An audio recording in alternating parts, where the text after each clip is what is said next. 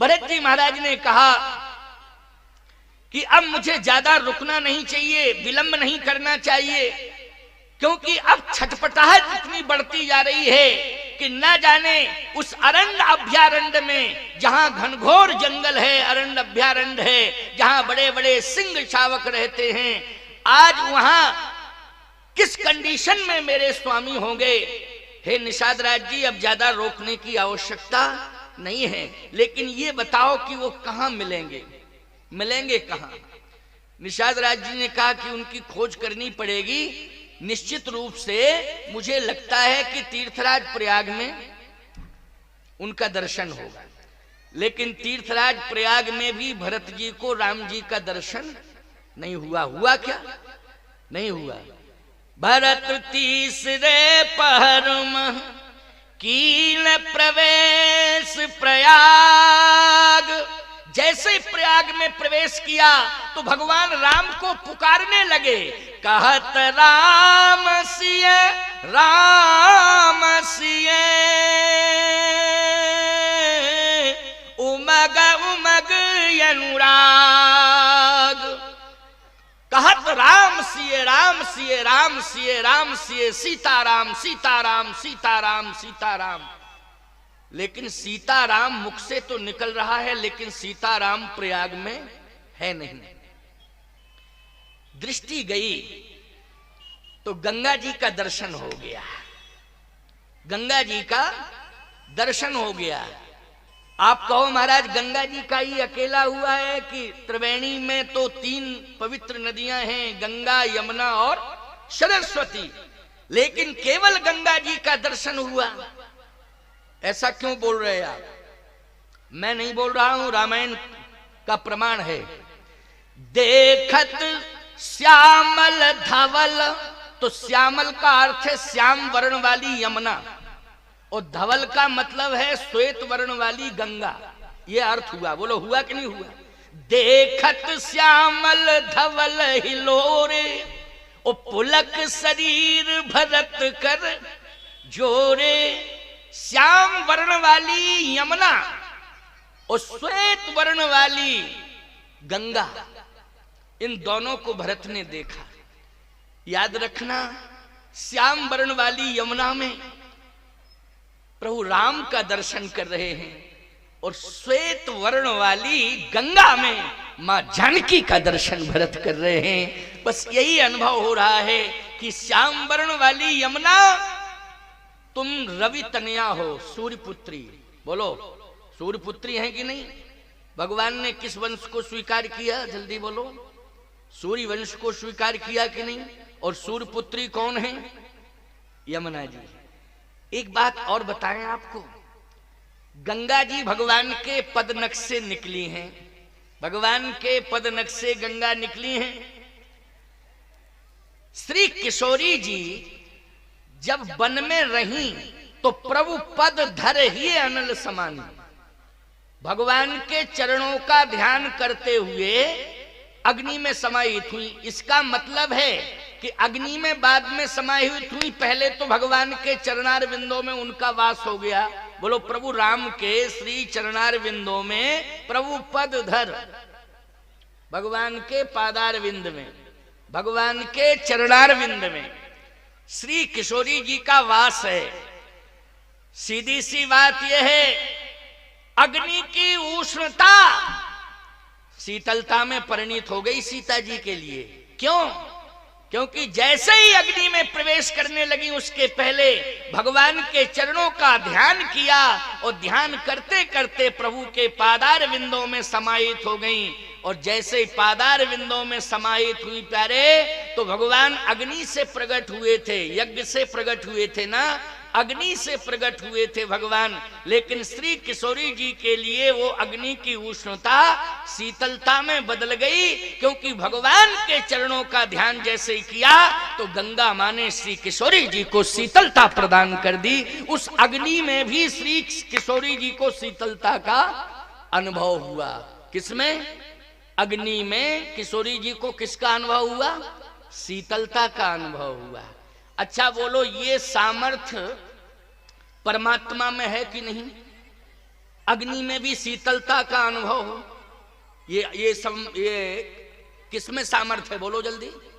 परमात्मा में सामर्थ्य है, ये ईश्वर में सामर्थ्य है। अघटित घटना पटी ऐसी, जो असंभव को संभव कर दे, वही है परमात्मा। बोलो है कि नहीं? जो असंभव को संभव कर दे।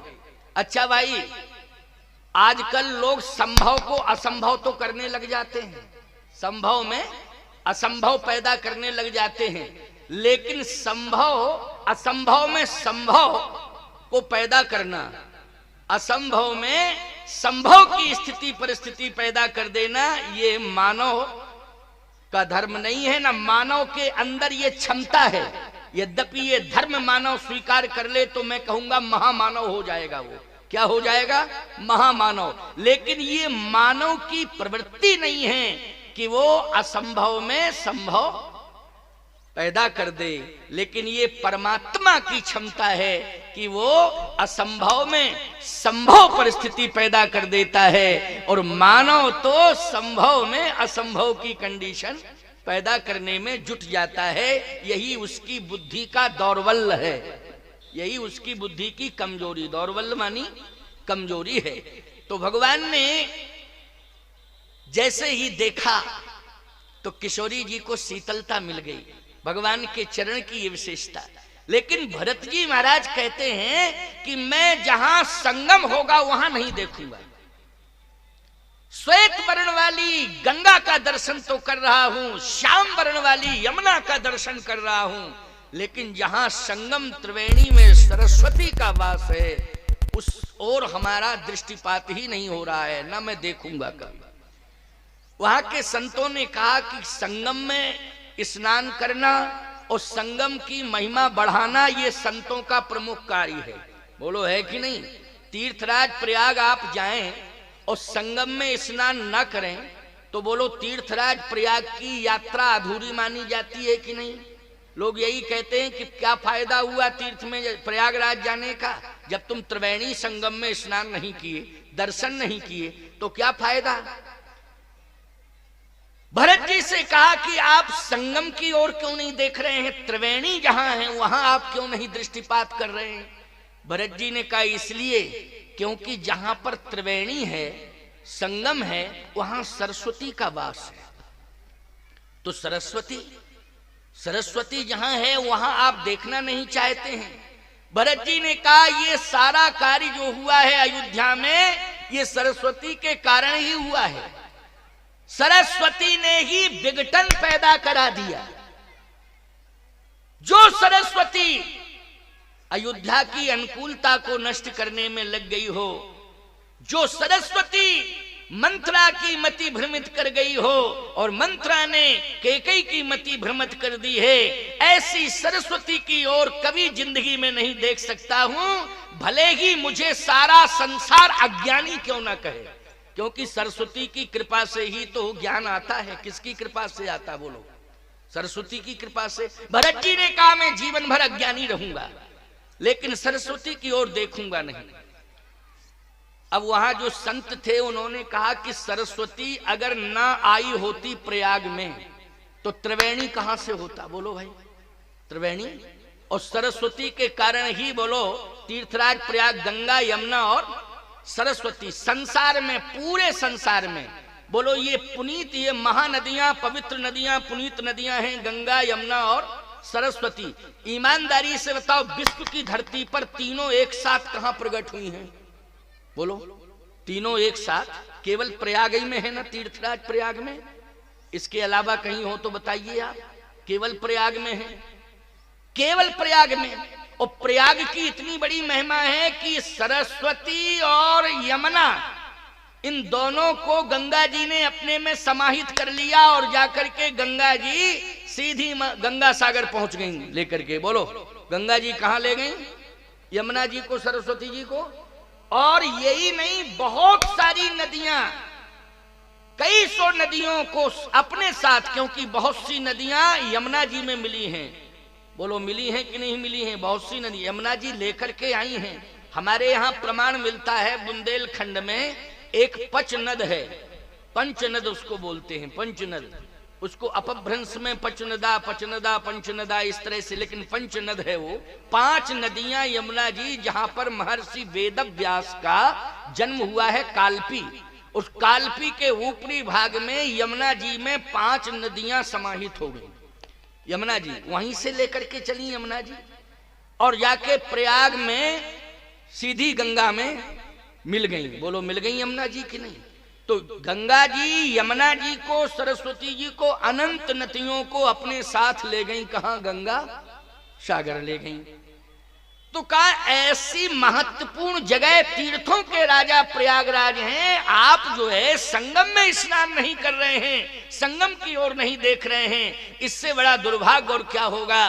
भरत जी ने कहा सावधान, मुझे भले ही संसार अज्ञानी क्यों ना कहे, मुझे इसके लिए घोर पातक क्यों ना लगे, मैं सब कुछ सहने को तैयार हूं, लेकिन जहां सरस्वती का वास है वहां दृष्टिपात नहीं करूंगा, नहीं करूंगा।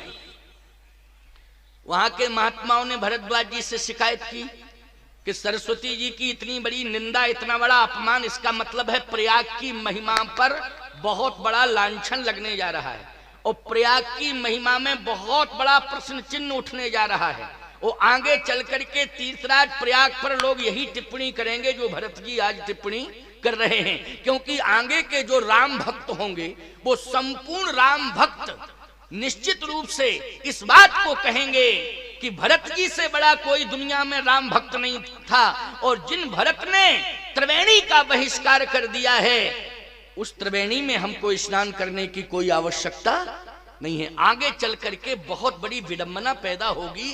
आप समझा दो भरत को कि सरस्वती की निंदा ना करें, सरस्वती की निंदा ना करें। भरद्वाज जी ने कहा समझा रहा हूं। भरद्वाज जी समझाने लगे, तुम गलान जन जिए करहु, समुझ मात कर तूत, और तात के कई दोष नहीं गई गिरा मती धूत। महात्माओं ने कहा आपने तो और मोहर लगा दी, आपने तो और सिग्नेचर कर दिया, मोहर लगा दिया सरस्वती के लिए। हम लोग तो यही समझ रहे थे कि भरतई जी विरोध में बोल रहे, लेकिन आपने भी कह दिया गई गिरा मती धूत। तुम गलान जन जिए करहु, समुझ मात कर तूत, और तात के कई दोष नहीं गई गिरा मती धूत। ये सरस्वती ने ही किया है। भरत जी की आंखों में और आंसू बढ़ गए। कहा धन्य है महाराज, धन्य है भरद्वाज जी महाराज, आपको अनंत बार प्रणाम करता हूं। महात्माओं ने कहा, तीर्थराज प्रयाग के महात्माओं ने कहा कि ये बात बिल्कुल समझ में नहीं आ रही है। अगर सरस्वती के विरोध में यहाँ का जो प्रमुख महात्मा भरद्वाज है, अगर वही हो जाएगा, जो तीर्थ का प्रमुख संत तो बहुत थे प्रयाग में, लेकिन मुख्य संत कौन थे प्रयागराज के? भरद्वाज जी। बोलो थे कि नहीं? भरद्वाज जी ही अगर विरोध में हो जाएंगे तो फिर इस तीर्थ की महिमा क्या रहेगी? भरद्वाज जी ने कहा कि भरत जी का मैं समर्थन कर रहा हूं। ठीक कहा है भरत ने। कहा इसका मतलब है कि सरस्वती से अब जवाब लिया जाए, जवाब लिया जाए। अच्छा एक बात बताओ, मंत्र में बड़ी ताकत है। जब मंत्र वाणी से निकलते हैं तो सरस्वती का प्रवाह अपने आप होने लगता कि नहीं? बोलो सरस्वती प्रकट हो जाती कि नहीं हो जाती है? जब ये विद्वान वेद मंत्र बोलते हैं तो बोलो सरस्वती प्रकट हो जाती है कि नहीं? वहां हो जाती हो तो ऐसे करो, नहीं होती हो तो ऐसे करो। तुम्हारे सामने कौन, जब तुम बोलते हो तो तुम्हारे सामने पूतना खड़ी हो जाती है क्या है? अरे प्रार्थना किया करो कि सरस्वती जी की कृपा हो जाए, हमारे कंठ में सरस्वती बैठ जाए। बोलो भाई, हैं? विद्यार्थी सुबह सुबह स्कूल में पहुंचते हैं तो सबसे पहले प्रार्थना करते हैं, किसका आवाहन करते हैं? सरस्वती जी का आवाहन करते हैं कि नहीं? सरस्वती जी की कृपा से ही तो मैं बोल रहा हूं। अगर सरस्वती जी की कृपा ना हो तो एक शब्द नहीं बोल सकता हूं। बोलो ये किसकी महिमा है? ये सरस्वती जी की महिमा है। सरस्वती की इतनी महिमा, अनंत महिमाएं हैं सरस्वती की, लेकिन सरस्वती ने ऐसा क्यों किया? सरस्वती जी से पूछा जाए। और जिस समय सरस्वती जी का आवाहन हुआ, साहब सरस्वती प्रकट हो गई। वैसे तो प्रयाग में सरस्वती लुप्त है, क्यों भाई? सरस्वती कहाँ लुप्त है? प्रयाग में। गंगा जी प्रकट हैं, यमुना जी प्रकट हैं, प्रत्यक्ष दर्शन दे रही, लेकिन सरस्वती जी लुप्त हैं, कहां दिखाई देती है? लेकिन सरस्वती वहां प्रकट हो गई, इसलिए तो पुष्टि हुई है कि सरस्वती वास्तव में है, सरस्वती प्रकट हो गई। नहीं वैसे तो लुप्त रहती। आज भी आप देखो सरस्वती जी लुप्त हैं कि नहीं। प्रयाग की महिमा बहुत है। काशी के विद्वान भी प्रयाग आते हैं साहब, अस्थि विसर्जन करने के लिए। बड़ी महिमा है। तुम लोग भी जाते होगे प्रयाग। कहां जाते हो? अस्थि विसर्जन करने के लिए प्रयाग ही तो जाते हो। सबने स्वीकार किया कि हाँ प्रयाग जाते हैं। एक लड़का गया अपने बाप की अस्थियां विसर्जित करने के लिए, तो जा रहा था, रास्ते में एक बहुत बड़ा जल प्रपात उसे दिखाई दिया। ये जल बह रहा है, तो वो पहली बार गया, उसने समझा यही गंगा जी है। तो ड्राइवर से कहा, बस के ड्राइवर से कहा रुको रुको रुको भैया। कहे क्यों? कहे कि ये बहुत बड़ा जल का स्रोत जो है यही गंगा है क्या? कहे नहीं, गंगा जी यहाँ से 20 किलोमीटर आगे हैं। फिर क्या है? बोले ये नाला गंगा जी में मिला है, ये नाला है, लेकिन ये गंगा जी में जाके मिल गया है। उसने कहा 20 किलोमीटर क्यों आगे बढ़े? जब ये डायरेक्ट ही गंगा जी में मिला है तो अपने आप ना पहुंच जाएंगी अस्थियां। तो उसने वही नाले में डाल दी। अच्छा, जैसे ही नाले में अस्थियां डाली, और मूर्ख था, दिमाग का कमजोर रहा होगा, बस से उतरा, दूसरी बस चेंज की घर आ गया। रात्रि में स्वप्न हुआ पत्नी को, कहा तेरा नालायक बेटा मुझे नाले में फेंक करके चला आया। दुर्बुद्धि है वो, धिक्कार है, मैं नाले में पड़ा हूं। मां ने कहा बेटा सही बताओ, प्रयाग भेजा था, पिताजी की अस्थियां कहां डाल के आए? बोलो जल्दी।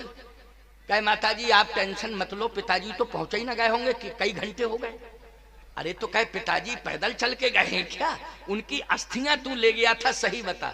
कहे पिताजी निश्चित रूप से कंफर्म है कि प्रयाग पहुंच गए होंगे। अरे कैसे पहुंचे होंगे? तू अस्थि विसर्जन करने गया था, अस्थियां प्रयाग में पहुंच करके त्रिवेणी संगम पर तूने विसर्जित की कि नहीं की? कहे माताजी एक 20 किलोमीटर पहले नाला था, काफी जल था, हमने लोगों से पूछा ये क्या, पहले हम ही घबरा गए, यही गंगा जी। लेकिन लोगों ने कहा ये गंगा तो बहुत विशाल है, ये तो नाला है। गया कहाँ है? गंगा जी में गया है। गंगा जी में गया है? कहे हाँ। तो फिर मैंने सोचा 20 किलोमीटर आगे क्यों बढ़ूं, उसी में डाल दिया, पहुंचे ही गए होंगे निश्चित रूप से। कहे नहीं पहुंचे, वो रो रहे हैं, पिताजी तुम्हारे भटक रहे हैं, उनको मुक्ति नहीं मिली है। क्यों नहीं मिली मुक्ति? इसलिए कि तुम नाले में अस्थियां डाल के चले आए। मान्यता क्या है? अस्थि विसर्जन गंगा में होता है तो यही प्रमाणिकता है कि मुक्ति मिल जाती है उसको। क्यों भाई? उस जीव को क्या मिलती है?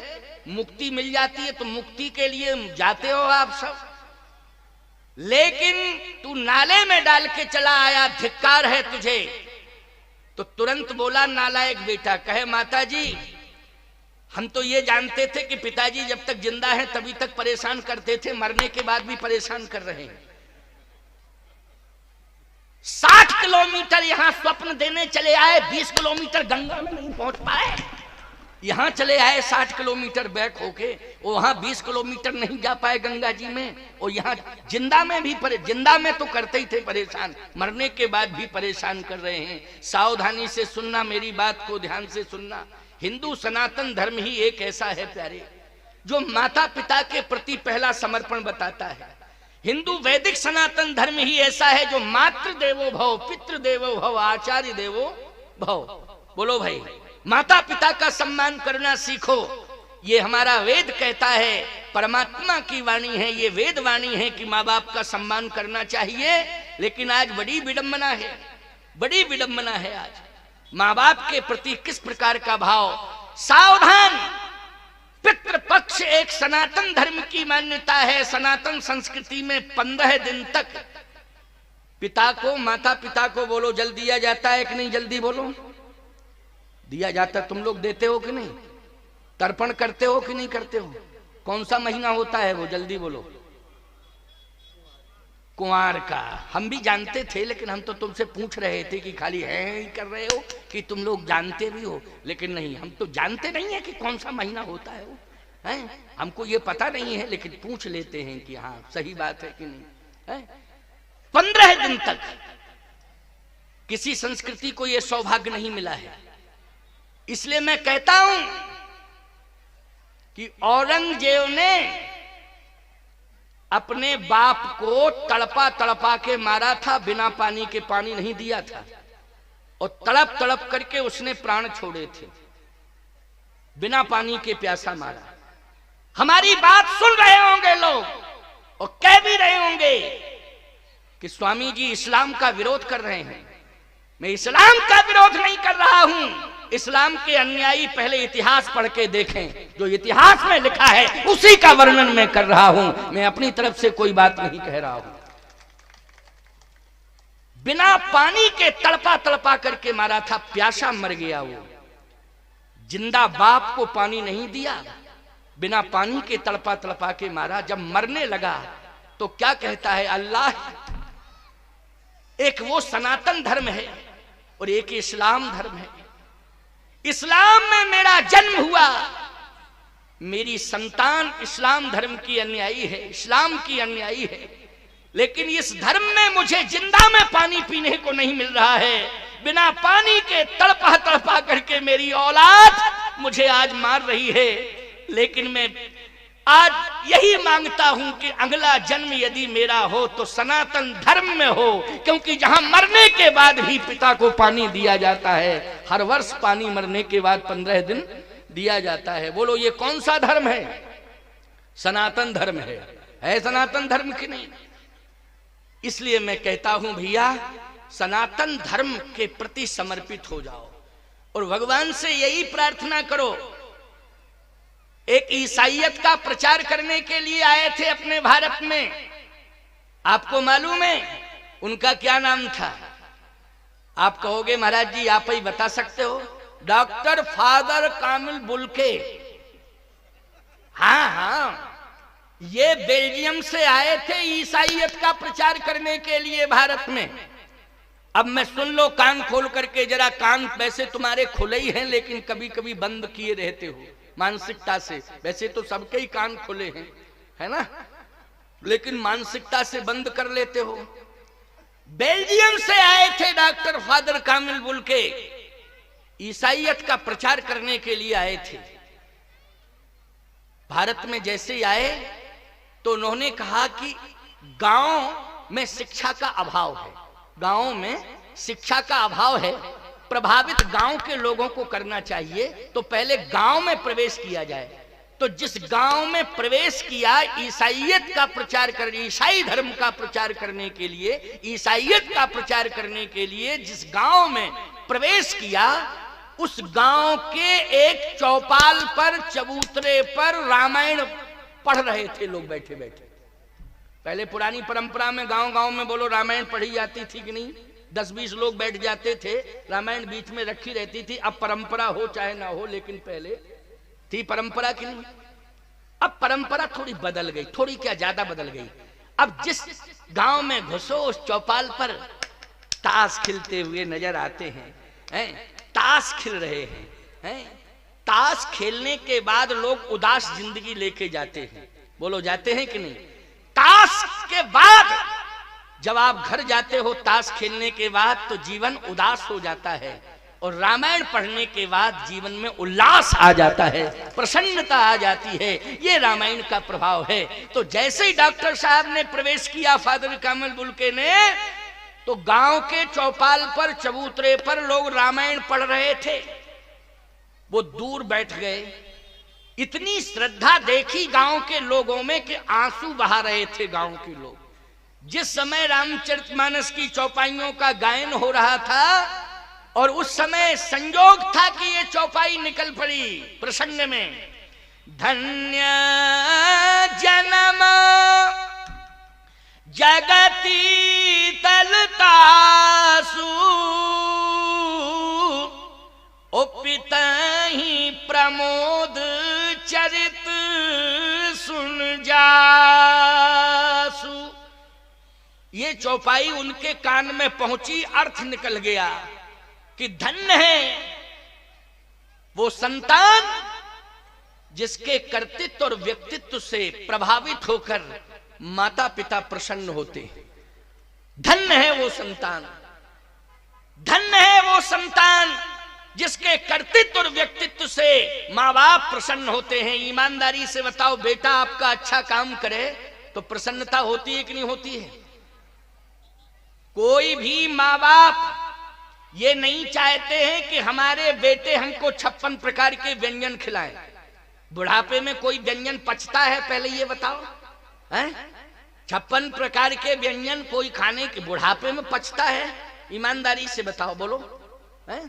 पहले 5 किलो रबड़ी पचा जाते थे लोग, लेकिन बुढ़ापा आ गया, बोले अब एक समोसा हजम नहीं कर पा रहे, बड़ी समस्या खड़ी हो रही है ना? लेकिन मैं एक ही बात कहना चाहता हूं, व्यंजन परोस कर के माँ बाप को खिलाओगे उतनी प्रसन्नता नहीं होगी, लेकिन माँ बाप के सामने आचरण करके दिखाओगे तो अत्यधिक प्रसन्नता होगी माँ बाप को कि मेरा जीवन धन्य हो गया, कि मेरी संतान आचार विचार स्वीकार कर चुकी है। बोलो, आचार विचार स्वीकार कर चुकी है। आचार विचार से युक्त जीवन मेरी संतान का है, इससे बड़ी उपलब्धि और दूसरी कोई हो नहीं सकती है। तो धन्य है वो माँ बाप जो बेटे के कर्तृत्व से प्रसन्न होकर के आज अपने आप को धन्य धन्य कृतकृत्य मान रहे हैं और ये कह रहे हैं कि आज बेटे के कर्तृत्व और व्यक्तित्व को देख करके, इसकी करनी सदाचरण को देख करके आज मेरा जीवन इस धरती पर आना धन्य हो गया है। आज मेरा धरती पर आना धन्य हो गया है, मेरा जीवन धन्य हो गया है। आंखों में आंसू आ गए डॉक्टर फादर कामिल बुल्के के, और उन्होंने कहा इस रामायण को वर्णा नामर संघा नाम से लेके दह्यंत नो मानवा तक मैं पढ़ूंगा। बोलो भाई, डॉक्टर फादर कामिल बुल्के ने पूरी रामायण पढ़ी है? एक बुल्के रामायण भी है, बोलो है कि नहीं? रामायण स्वामी धर्म सम्राट यति चक्र धर्म सम्राट पूजपात स्वामी कृपात्री जी महाराज ने यद्यपि उनके विचारों का कहीं कहीं विचारों का समर्थन नहीं किया, खंडन किया है, क्योंकि अब वो ईसाई थे, उन्होंने अपने ढंग से भाव प्रस्तुत किए। क्यों भाई, वो तो अपने ढंग से न भाव प्रस्तुत किए, बस यही तो बात है। मैं एक बात हमेशा कहता हूं कि लोग कभी कभी भ्रमित हो जाते हैं। क्यों हो जाते हैं भ्रमित? क्योंकि प्रलोभन में आ जाते हैं, इसलिए वो भ्रमित हो जाते हैं और धर्म के प्रति भ्रमित होते हैं प्रलोभन में आकर के। और ये ईसाई जो है भारत में आकर के ग्रामीण अंचलों में जाते हैं तो धन का प्रलोभन पहले देते हैं। किसका प्रलोभन देते हैं? धन का प्रलोभन देते हैं, और धन के प्रलोभन में वो अपने धर्म से जोड़ते हैं, सनातन से दूर करते हैं। अच्छा, सबसे पहले जानते हो क्या कहते हैं? पादरी जो होता है वो क्या कहता है धर्मांतरण कराने के पहले? वो यही कहता है, ये बताओ तुम इस गांव में रह रहे हो जिसमें किसी प्रकार की सुविधा नहीं है, हम सारी सुविधा उपलब्ध कराएंगे, लेकिन अभी तक तुम गांव में कैसे रहे? तो गांव के सीधे साधे लोग कहते हैं भगवान के सहारे रहे। क्यों भैया, यही भाषा होती कि नहीं होती? किसके सहारे रहे? क्योंकि ये भी वो कहते हैं कि कोई विधायक ने यहाँ विकास नहीं कराया, किसी सांसद ने यहाँ विकास नहीं कराया, किसी प्रकार की कोई योजना नहीं आई यहाँ। किसके सहारे रहते रहे? सारी सुविधाएं हम उपलब्ध कराएंगे, क्योंकि विदेशों से पैसा आता है ना, अरबों रुपया आता है इसके लिए। तुम लोग जानो ना जानो ये तुम्हारा विषय है, लेकिन आता है, इसीलिए आता है। हम विकास कराएंगे, सारी सुविधाएं उपलब्ध कराएंगे, लेकिन ये बताओ किसके सहारे तुम रहे? कहे भगवान के सहारे। बोले भगवान कहाँ है बताओ? फालतू की बात करते हो। कौन भगवान? कैसा भगवान? कहाँ है भगवान? बताओ कहाँ है भगवान? तो एक गांव का व्यक्ति खड़ा होके बोला, बोले भगवान हमारे घर में है। अच्छा लाओ जरा घर में कहाँ है भगवान। तो गया, अंदर एक छोटा सा उसने अलमारी बनवा रखा था, उसमें लड्डू गोपाल, क्यों होते हैं ना घरों में लड्डू गोपाल छोटे छोटे, सबके घरों में होते हैं। पहले ये बताओ। हाँ हाँ, कह तो ऐसे रहे हो। लेकिन जिनके घरों में नहीं है वो अपने घर में जरूर रखें, भगवान की पूजा किया करें, छोटा स्वरूप रखने में कोई दिक्कत नहीं है। तो लड्डू गोपाल रखे थे, ले आया, कहा ये है हमारे भगवान। ओ हो, ये भगवान है? क्या करते हैं ये तुम्हारे भगवान? तो उसने कहा ये डूबने से बचाएंगे, जब हम लोग भव सागर में डूबेंगे तो यही भगवान इनकी सेवा इसलिए कर रहे हैं कि जब हम डूबने लगेंगे तो ये हमें बचाएंगे। तो उस पादरी ने कहा एक बाल्टी पानी लाओ, पहले सागर में तो बहुत जल होता है, पहले एक ही बाल्टी पानी लाओ। जैसे ही एक बाल्टी पानी मंगाया, आप देखो सीधे साधे लोग हैं, कहा कि इसमें डालो इस मूर्ति को। लड्डू गोपाल को जैसे ही डाला, धातु की मूर्ति है भैया, वजन होता कि नहीं? अब बोलो जल में डूबेगी मूर्ति कि नहीं? तुरंत मूर्ति डूब गई। बोले कहो जो भगवान एक बाल्टी भर पानी में डूब गया वो भवसागर से डूबने से बचा सकता है? कौन भगवान बचाएगा? यीशु लकड़ी के थे निकाले, देखो ये डूबने से बचाएंगे। अब लकड़ी पानी में डूबती है कि तैरती है? जल्दी बोलो, क्या करती है लकड़ी? पानी में तैरती है, डूबेगी काहे को? कहे देखो ये भगवान। और जैसे ही बाल्टी में डाला तो लकड़ी थी, यीशु लकड़ी के थे, तैरने लगे। आहा, कहे देखो भ्रम में रखा तुमको कि नहीं? ये भगवान तुम्हें डूबने से बचाएगा, क्योंकि खुद नहीं डूबा और वो भगवान डूब गया, वो क्या तुम्हें डूबने से बचाएगा? उसी समय इसलिए कहता हूं कि जो विद्वान संत ब्राह्मण हो उनसे गांव को जोड़े रहो, गांव को उनसे जोड़े रहो, वो गांव से जुड़े रहें। उसी समय एक संत आ गए, क्या हो रहा है? कहे महाराज आपने हमको 10-20 साल बेवकूफ बनाया और आपके और खानदानियों ने भी बनाया। क्यों? बोले कहते थे भगवान डूबने से बचाता है, देखो भगवान डूब गया, जो भगवान दिए थे आपने, ये भगवान जो है डूबने से बचा रहा, तैर रहा है। संत ने कहा तुम सबको मूर्ख बनाया जा रहा है। सनातन धर्म में जल परीक्षा का विधान नहीं है, अग्नि परीक्षा का विधान है। 5 छेने मंगाओ, 5 कंडे। अच्छा बोलो जल परीक्षा का विधान है कि अग्नि परीक्षा का? जल्दी बोलो। जल परीक्षा का विधान तो नहीं, अग्नि परीक्षा का है कि नहीं? का हमारे धर्म में अग्नि परीक्षा का विधान है, जल परीक्षा का नहीं है। पहले 5-7 कंडे तो मंगाओ जल्दी, वही छेने मंगाओ कंडे। अब गांव के लोग तुरंत ले आए, कहा आग लगाओ इसमें। कंडों में आग लगाई, कहे अपने लड्डू गोपाल को डालो, डालो लड्डू गोपाल को। लड्डू गोपाल को डाला, चमचमा के निकल पड़े वो तो। कहा अब इनके भगवान को डालो। 2 मिनट में राख की ढेर हो गए। बोले इनको गंगा जी में विसर्जित कर दो, जाके भस्म हो गई ना, जाओ ले जाओ। खबरदार, इस तरह से भ्रमित होने की आवश्यकता नहीं है। मैं दावे के साथ कह रहा हूं, चैलेंज के साथ कह रहा हूं, मंदिर में बैठा हुआ भगवान बोलता भले ही नहीं है, लेकिन काम तुम्हारा, कार्य तुम्हारा पूरा करता है। क्यों करता है? आप कहोगे महाराज वो पत्थर में क्या ऐसी ताकत होती है? मैं एक बात कहता हूं, जब कागज के टुकड़े में ताकत होती है, बोलो कितनी बड़ी ताकत होती है कि कागज के टुकड़े फेंको, सरकार बदल दो। कागज के टुकड़े का मतलब समझ रहे हो? नोट। बोलो ये नोट कागज के टुकड़े हैं कि नहीं? तो कागज के टुकड़ों में ताकत होती है कि अगर एक कागज के टुकड़े पर लिख दिया मैं धारक को 500 रुपया अदा करने का वचन देता हूं मल्होत्रा गवर्नर, अगर इतना हस्ताक्षर बोलो कर दिया तो ईमानदारी से बताओ कागज का छोटा सा टुकड़ा 500 रुपए बन जाता है कि नहीं? किसके किसके द्वारा बनता है? सिग्नेचर के द्वारा। सिग्नेचर किसने किया है? भारतीय रिजर्व बैंक के गवर्नर ने किया है, और उसने वचन दिया है कि मैं 500 रुपया अदा करने का वचन देता हूं।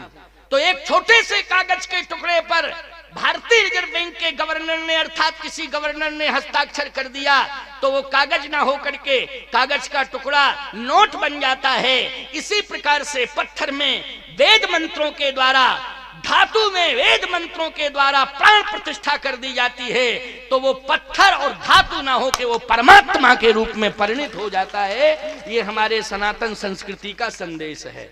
इसलिए भ्रमित होने की आवश्यकता नहीं है। तो आज आप देखें कि भ्रमित क्यों हो रहे हो? कनक बिंदु द्वैचारिक देखे, वो स्वर्ण बिंदुओं में किसका दर्शन हो रहा है? भरत जी को माता जानकी का दर्शन हो रहा है। और श्याम वर्ण वाली यमुना में किसका दर्शन हो रहा है? भरत जी को प्रभु राम का दर्शन हो रहा है। श्वेत वर्ण वाली गंगा में किसका दर्शन हो रहा है? प्रभु राम का, श्री मां जानकी का दर्शन हो रहा है। बोलो हो रहा है कि नहीं? लेकिन सरस्वती आज प्रकट कराएंगे किसके द्वारा प्रकट कराई गई सरस्वती? वेद मंत्रों के द्वारा आवाहन किया सरस्वती का। और जैसे ही आवाहन किया, बोलो यज्ञ मंडप में आप देवताओं का आवाहन करते हो तो वेद मंत्रों के माध्यम से देवता आ जाते कि नहीं आ जाते? कहां आते हैं? वहीं आ जाते हैं, आवाहन करने पर आते हैं। विश्वास की बात है। किसकी बात है? विश्वास की। आ जाते हैं। ऐसे ही सरस्वती जी का आवाहन किया तो सरस्वती जी प्रकट हो गई। जैसे प्रकट हुई तो सभी संतों ने हाथ जोड़ के कहा, सरस्वती जी आपको कलंक मिल रहा है। क्यों? क्या बात है? कहे भरद्वाज जी महाराज ने भी अभी अभी कह दिया, तात के कई दोष नहीं गई गिरा मति धूत। ये सरस्वती ने ही किया है। तो सरस्वती जी आपने ऐसा क्यों किया? सरस्वती बोली, मेरा बयान सुनो।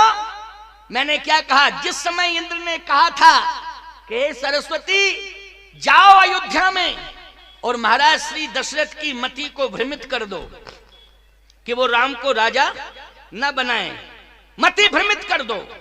तो सरस्वती बोली, मैंने क्या कहा था? ऊंच निवास नीच कद तूती,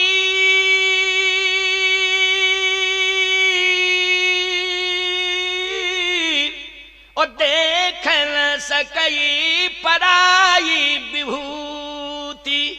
मैंने इंद्र के विरोध में बयान दिया था। इंद्र के विरोध में मैंने बयान दिया था। देवताओं के खिलाफ मैंने आवाज उठाई थी कि ऐसा करना उचित नहीं है, ये विचारधारा अच्छी नहीं है, इस प्रकार से आपको सोचना नहीं चाहिए। लेकिन उस समय भगवान ने स्वयं कहा था कि नहीं नहीं नहीं, देवता नहीं, इंद्र नहीं, ये तो मैं ही करवा रहा हूं, इसलिए मेरा काम करो, मेरा काम करो। तो मैंने प्रभु की इच्छा समझ करके ऐसा किया। लेकिन जब भरत जी आ रहे थे, पूछ लो देवताओं से, यदि आपके मंत्रों में प्रकट करने की ताकत है, मुझे प्रकट कर दिया है, तो मंत्रों के माध्यम से देवताओं का आवाहन करो, देवता प्रकट होंगे।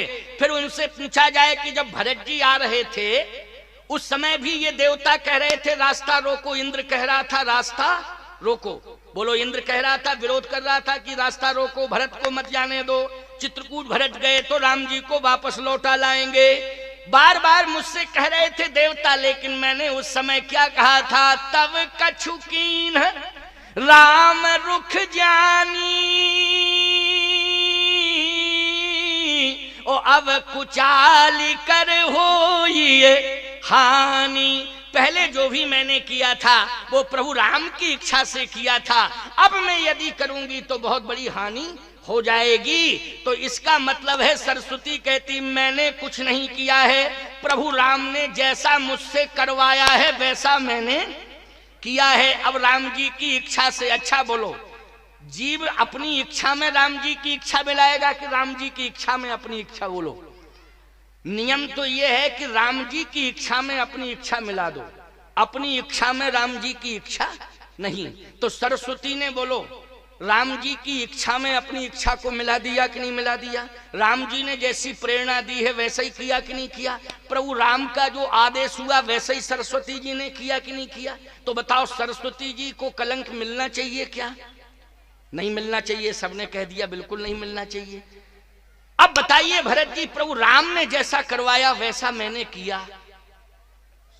आहा, भरत जी ने कहा तो जो भी हुआ है प्रभु की इच्छा से हुआ है, तो आज मैं प्रभु के पास जाकर के डिसीजन लूंगा कि आपने ऐसा क्यों किया, आपने ऐसा क्यों किया। बड़ी बढ़िया बात है ये कि आपने ऐसा क्यों किया प्रभु, ऐसा करने की क्या आवश्यकता पड़ गई थी आपको?